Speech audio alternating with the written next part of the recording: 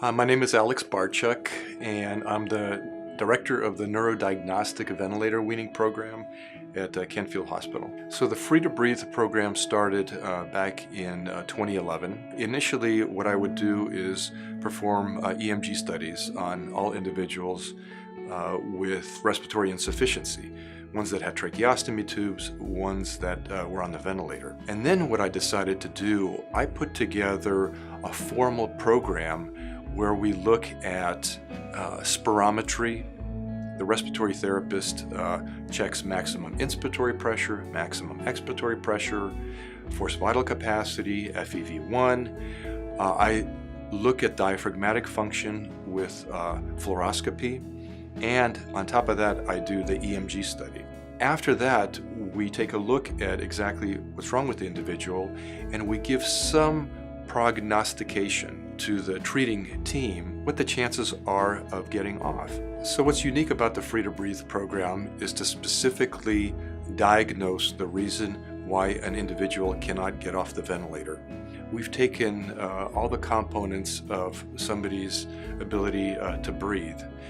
We look at the lung function, we look at the heart function, and we look at the neuromuscular function, including diaphragmatic function, intercostal muscle function. So we take a look at all the components of an individual's ability to breathe. And once you diagnose the problem, you know what to do with it. I've never seen a program in the United States that does that.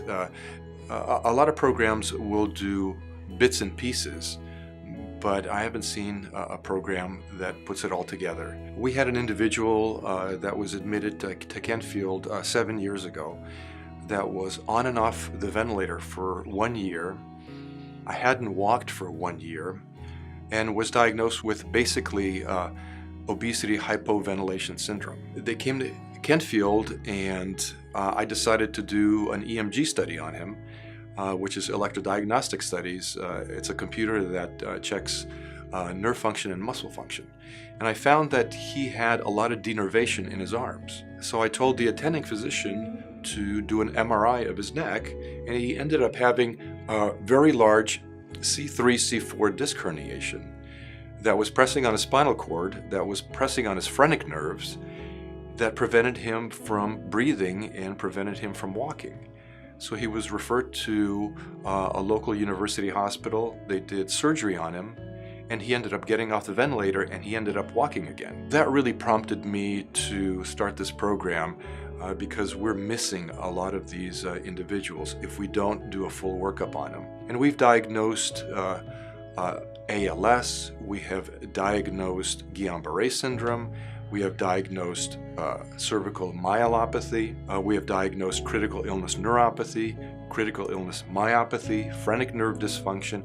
So all of these neuromuscular disorders that affect somebody's ability to breathe. There are some problems that you can't fix, but oftentimes there are problems that you can't fix.